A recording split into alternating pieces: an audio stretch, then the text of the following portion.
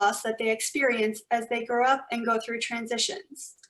Inner Harbor provides education to organizations and individuals, consultation about bereavement policies, and training for professionals to lay people off. Sorry about that. My office phone will not stop ringing. Consultation about bereavement policies and training for professionals and lay people about how to best support grievers. Mandi graduated from the University of Pittsburgh with a degree in child development and from New York University with her master's in social work, and has since earned a certificate in grief recovery and thanatology, the study of death and dying. She is a lead responder for the Union County Traumatic Loss Coalition in New Jersey, a member of the National Alliance for Grieving Children and the Coalition to Support Grieving Students. She also has a podcast called The Morning Meeting, dedicated to grief and loss that can be found on all podcast platforms. Mandi has extensive experience working with students in the nonprofit and public school systems, as well as in hospice settings, working with people of all ages at the end of their lives. She speaks nationally about topics related to loss of all kinds, self-care, and suicide. Welcome, Mandi. Thank you. I'm going to share my screen. And I know you said that people can put questions in the chat box, but I'm happy to answer them as we go. So if people have questions as I'm talking, I'm fine to do that. Is that big, or should I make it? Does that cover everybody's whole screen? It's good? Looks good to me. Okay. All right. Okay, so thank you for that introduction. I forgot that. Now everybody already knows what Inner Harbor is, so I don't need to tell you that. I'm really glad to be here. I've come to this conference several times. I always get so much out of it, and when I was asked to actually present, I was thrilled. Actually, I'm going to switch to that. That's better, right? Okay. Okay. So I'm going to just tell you a little bit about why I founded Inner Harbor. I just founded it a few months ago on August 29th. It was the 1-year anniversary of my son's friend's death. This was a boy who his father had died when he was 14 years old. And I actually helped him find grief support. He didn't live here, but I helped him find some grief support for him and his sister and his mom. And then he left for college, and 4 days after he left for school, he ended up taking his own life.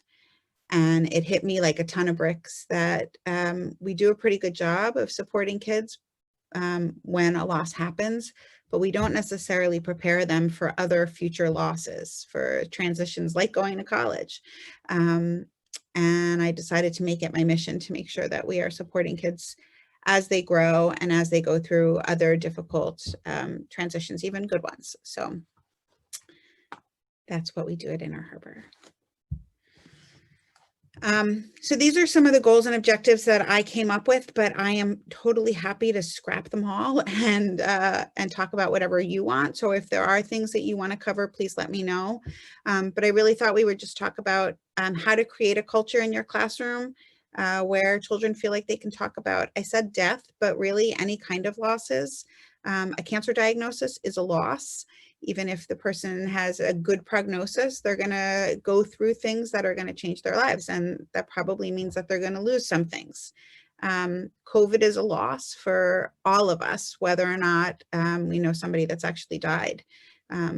As we sit here and are not able to be in one room together, we've all lost that kind of connection. So my goal is really to be able to create cultures where people feel like they can talk about all of the losses that they're going through.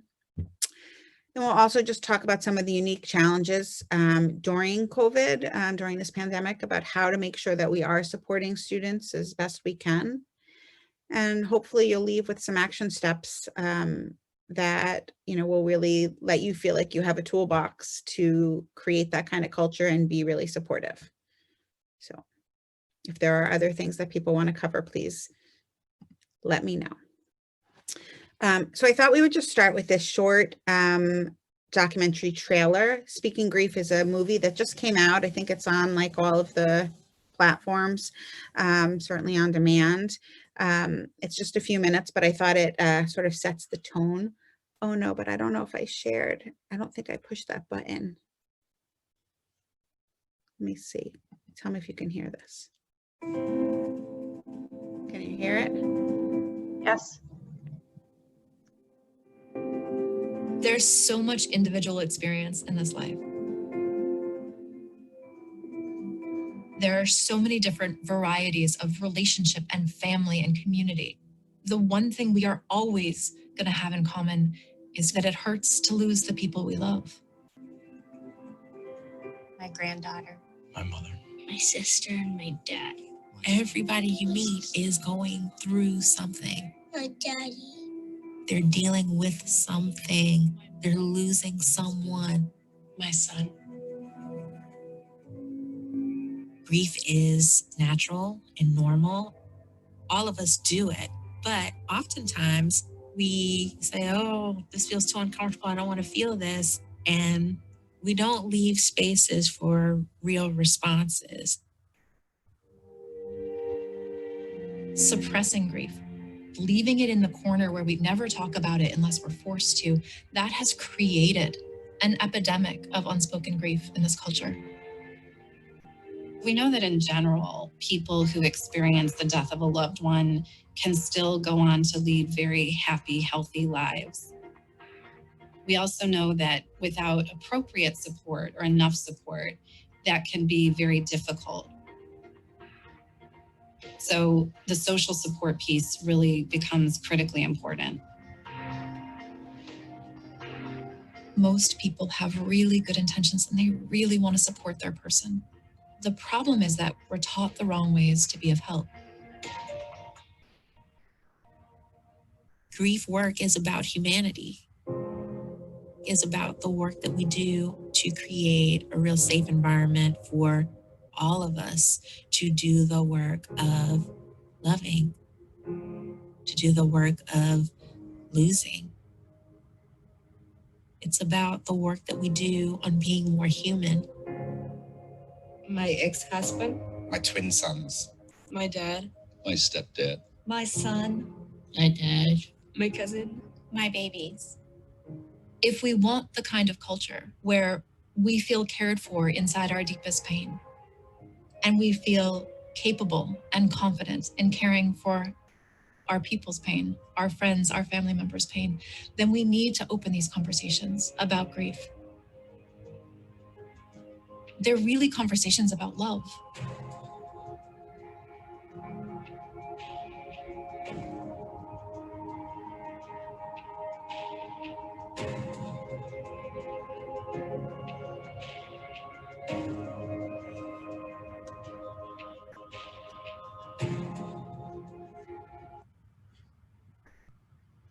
Shut it off just a second too soon. Hate when the music ends when you're not quite ready for it. Anyway, so I wanted to just show that clip just to sort of set a tone here. I don't know if anybody had anything as you're watching that it just brought up for you, or anything that stood out for anybody as you just watched that clip. I'm happy to just process that for a second.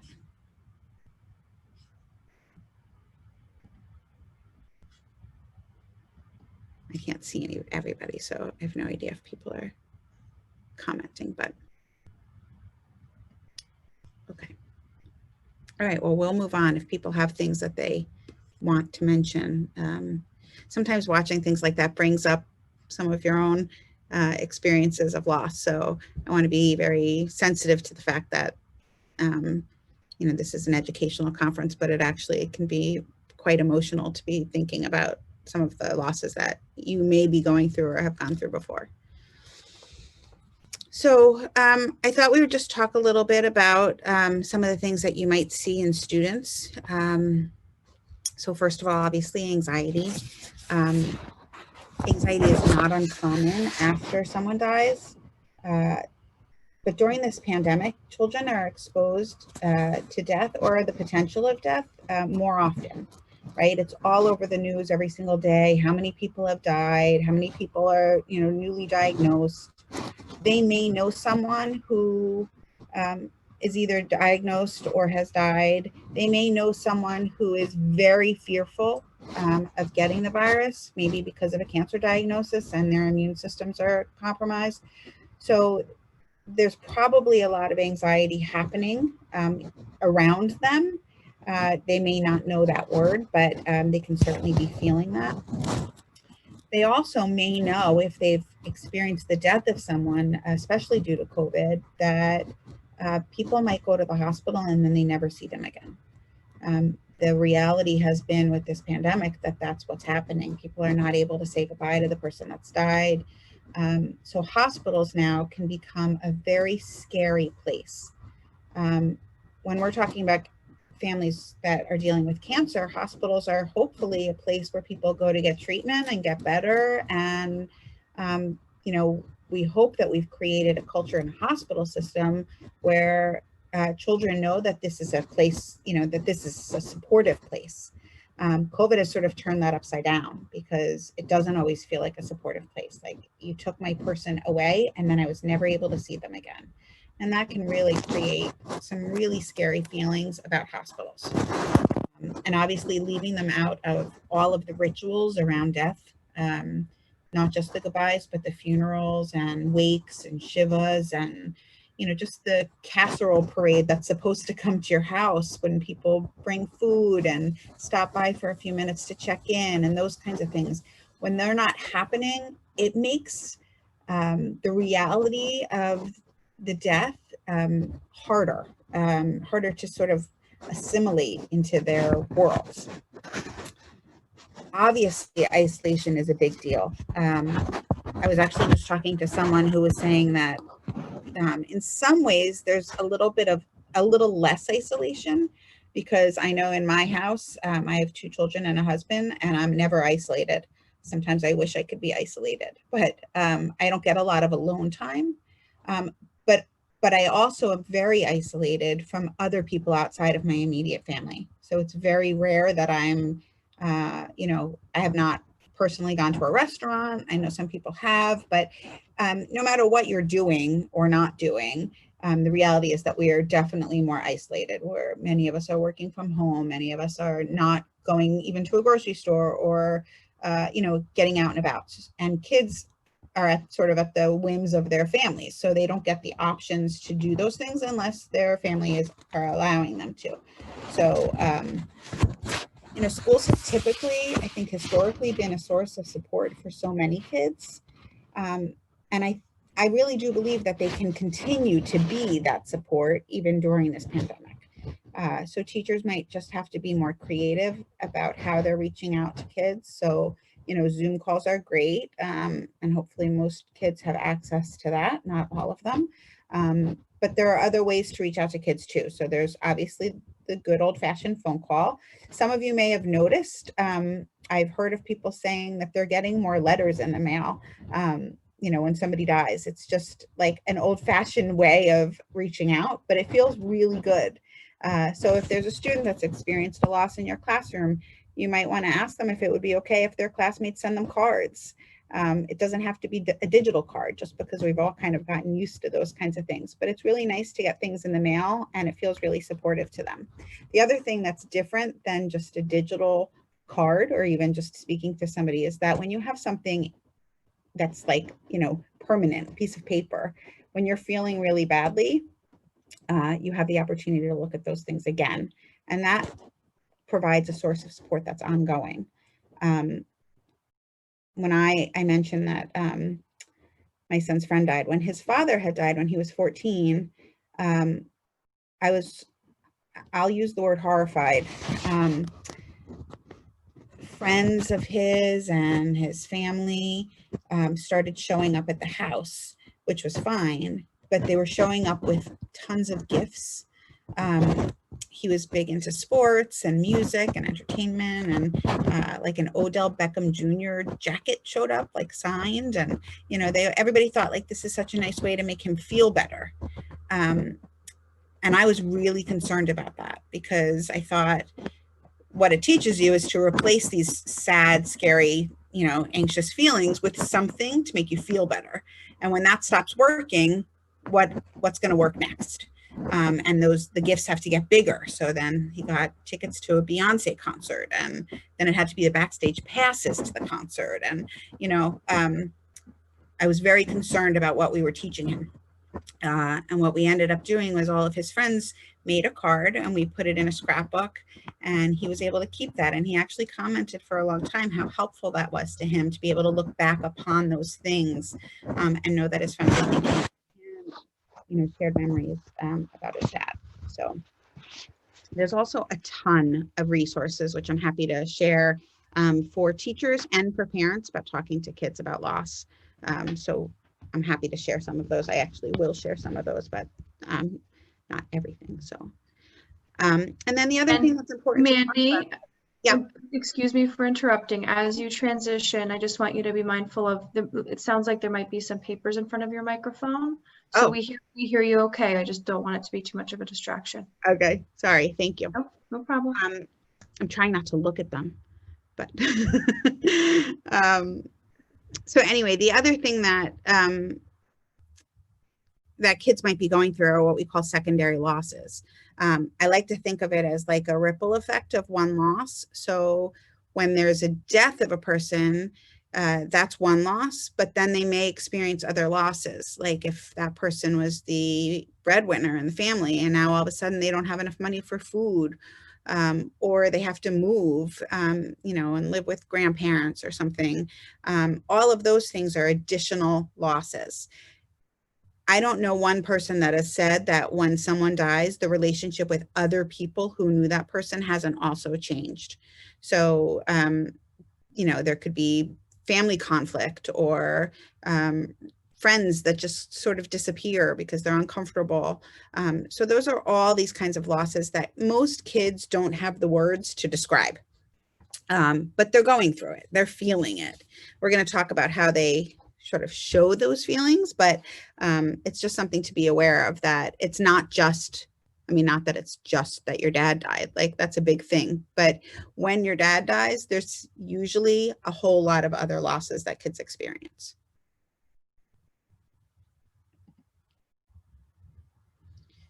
So I wanted to just talk about some of the academic impacts of grief on students. And obviously this is different for first graders than it would be for 12th graders, but and if people have specific questions about different ages and developmental levels, I'm happy to talk about that too.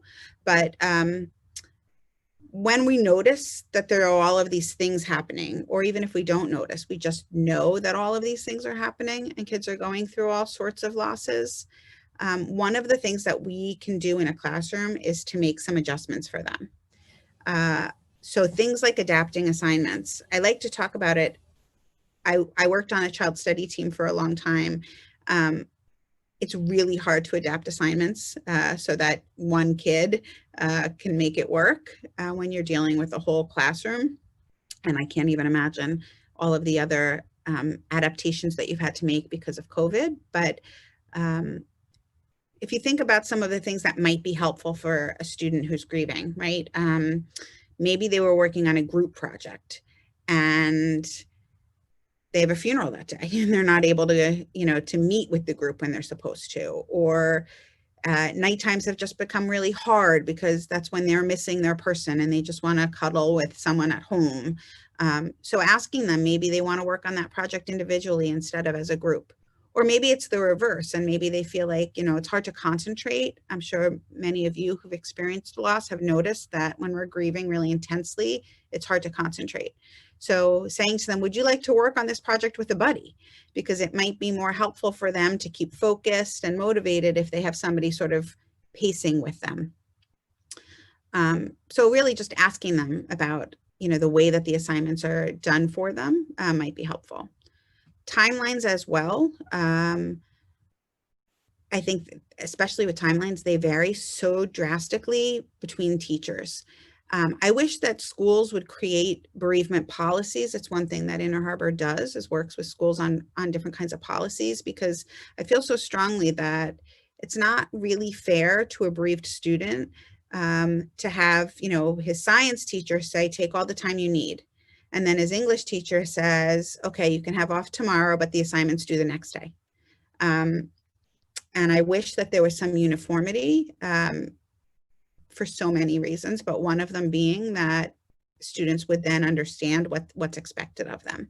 And also because some teachers don't understand what each child is going through. So to have some kind of plan and policy in place about timelines would be really helpful to many bereaved students. Obviously, reducing homework makes sense, and modifying the weight of certain assignments. So if they have a big test and they're really struggling to focus and learn something for a test, you might say to them, like, well, maybe there's a different way you can show me that you understand this work.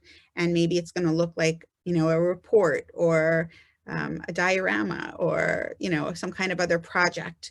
But there's plenty of ways that we can be creative to figure out what kids have learned.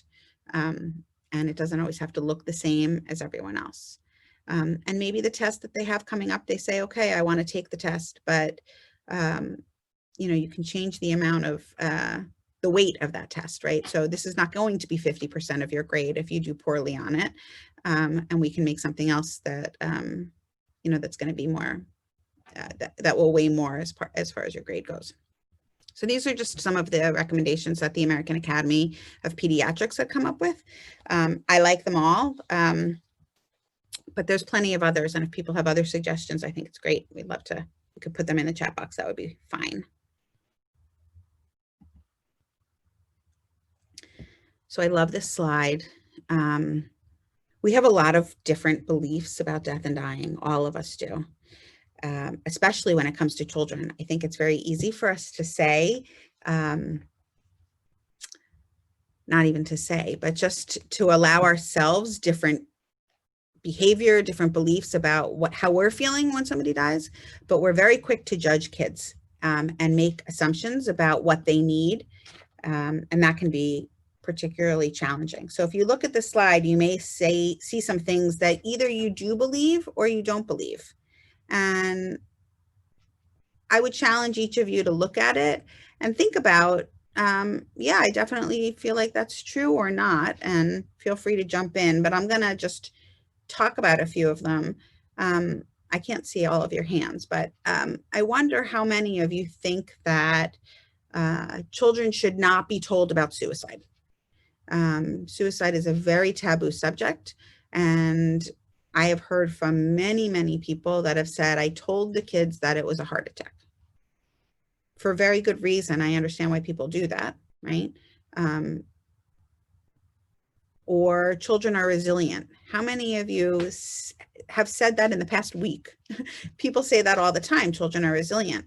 And it's not that they're not resilient. We're all born with some resilience. But when we say children are resilient, often that relieves us of the burden of worrying about them because they're resilient. So we don't have to worry about the kids. We frequently say kids are resilient. It's the adults we have to worry about, right? Children have some resilience, but typically they're not born with the knowledge or the know-how to cope with a death loss. Right? So they might be resilient and know how to roll with the punches when they don't win the soccer game, or when a friend decides that they don't want to be their friend anymore, or they don't get what they wanted for dinner. But that does not mean that they have all the coping tools that they need to be resilient when somebody dies. So if we think that children are resilient, then we may not look for some of the signs that they need help, right? Some of you may believe that God only gives you what you can handle. That actually might be a really helpful thing for you to remember when you're going through something really challenging, especially if you have a strong faith. I have no problem with that. But most people would say that that's not a helpful thing to say to them when someone dies, because most people would feel like, so I'm being punished because I can handle a lot. Even if they believe that, or you could say that to them in 10 years, but in the moment, typically that doesn't feel that good. So if that's something that you believe is fine, that's fine. But if you say that then to other people who are grieving, it may not be that helpful. Hugs make everything better. I don't know who's a hugger here, but I'm a hugger. So when I see someone that's grieving, my first instinct is to give them a hug.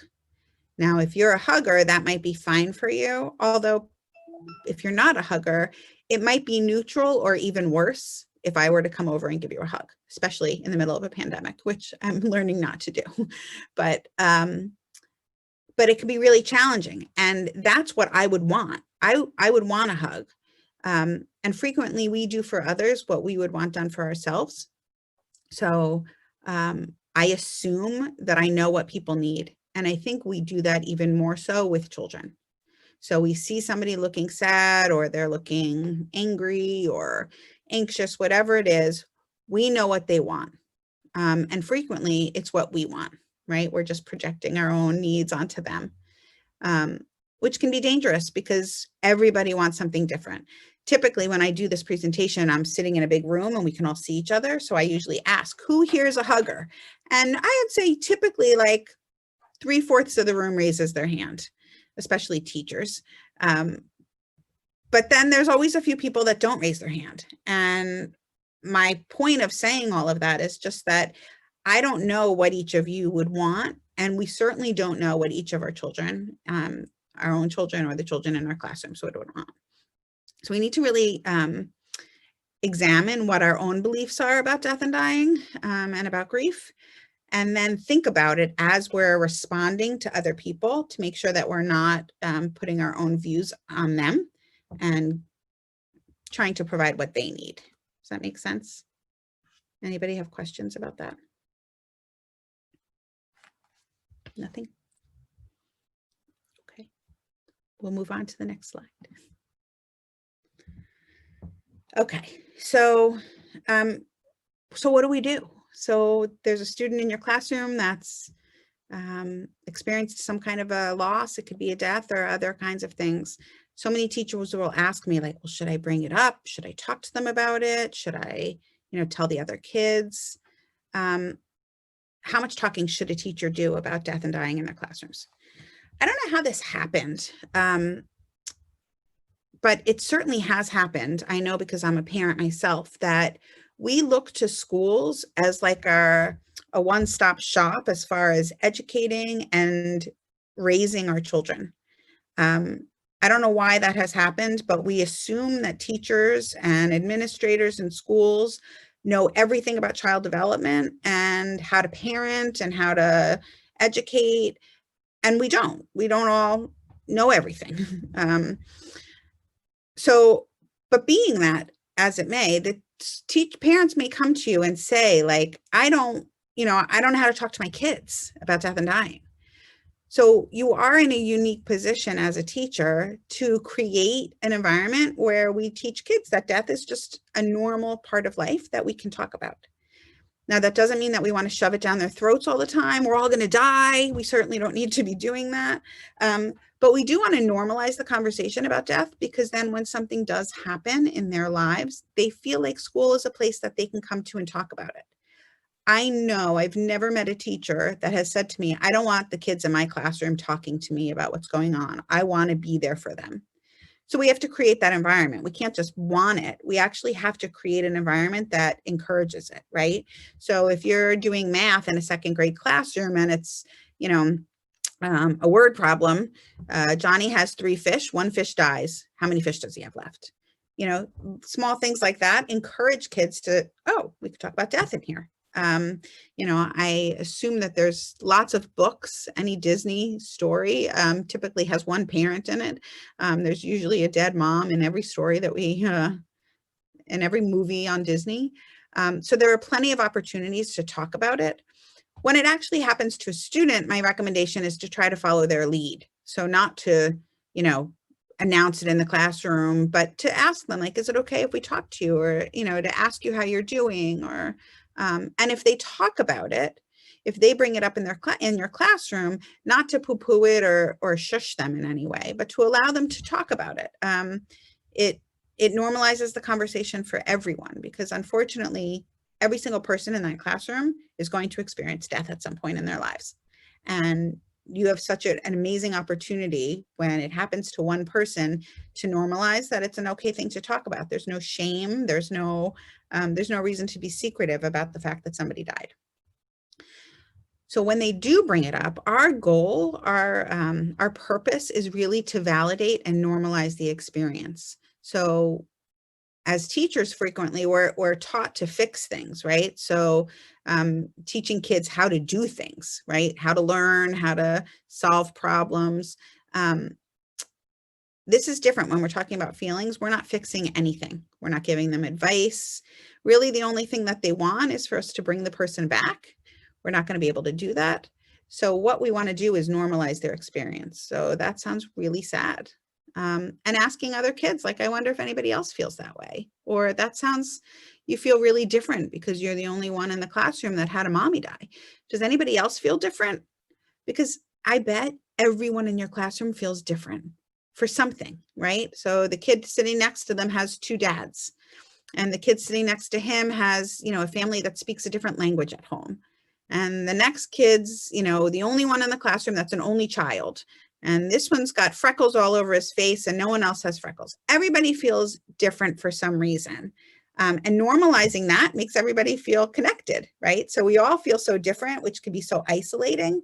But asking people to talk about the fact that they feel different then connects them all. Like, oh, wow, we all feel different sometimes. We all feel like we're the only ones, but we're all the only ones for something different. That makes us all not the only ones. So it's really powerful to be able to normalize that.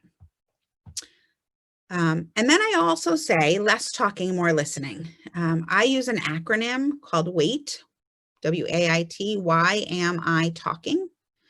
I love to talk, as you can see, but I frequently try to think to myself, why am I talking right now when somebody's sharing intense feelings? It's frequently because I'm anxious and I want those feelings for them to go away.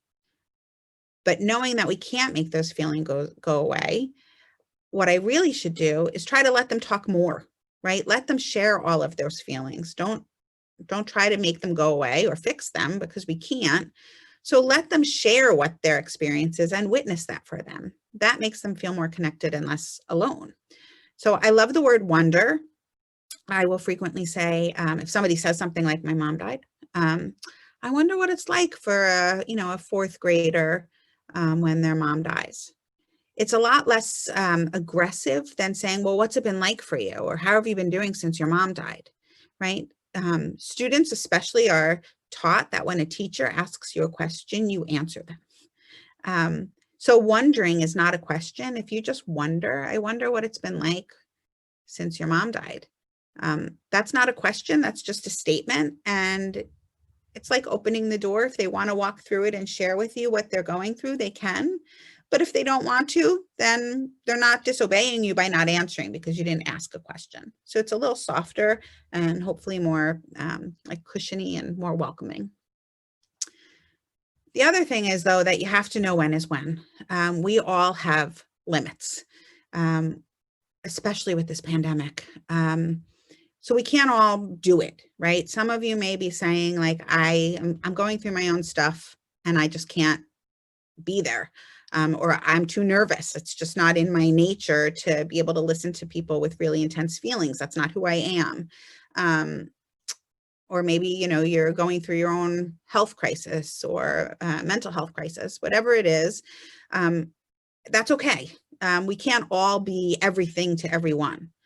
The good news is that if you work in a school system, there's tons of people. So there's always good resources available in schools. I'm certainly happy to be a resource. There's tons of resources online. You can Google any question that you have and find an answer that feels comfortable. But just knowing when is when, knowing when you've had enough or when you're not able to be the support that somebody needs, and then finding them the support that they do need, because it's out there. Mandi, just giving you a 5-minute warning. Oh, okay. Okay, well then we're going to skip that little activity that I was talking about, and we'll just move on to self-care. I love this quote. Supporting grieving students in the best of times can be difficult. We are not in the best of times. And I think it's really important to talk about self-care, especially right now. Typically, when I'm supporting somebody that's grieving, I'm in a decent enough place, even if I'm going through things periodically. But, you know, if somebody comes to me and says, I was just diagnosed with cancer, I have not been diagnosed with cancer. So I'm in a place where I can hear that, and it's not going to bring up a whole bunch of stuff for me. Right now with COVID, every time somebody says something about COVID, I want to say, yeah, me too. Like every single one of us is going through this together. It's impossible to find somebody who is not dealing with COVID. Obviously, all of us have different degrees and different resources and things available to us, but we're all struggling right now. So it's really hard to be there for students, which is why it's so important to take good care of ourselves. And I hate talking about self-care because I feel like it's so hard to do it, especially right now. So I have become very intentional, and I use almost like, I like to think of my self-care in like the form of a microscope. I used to know what I did for self-care. I went to the gym every single morning. It was like coffee for me. I had to do it. I haven't been to the gym since, March. I used to love my morning routine. I'd have breakfast, watch TV in the den by myself. Everybody else had left the house. That's not happening anymore. So I've become very intentional about what am I doing for self-care. The fact that I'm wearing slippers right now is self-care. And it's not just that I threw on my slippers.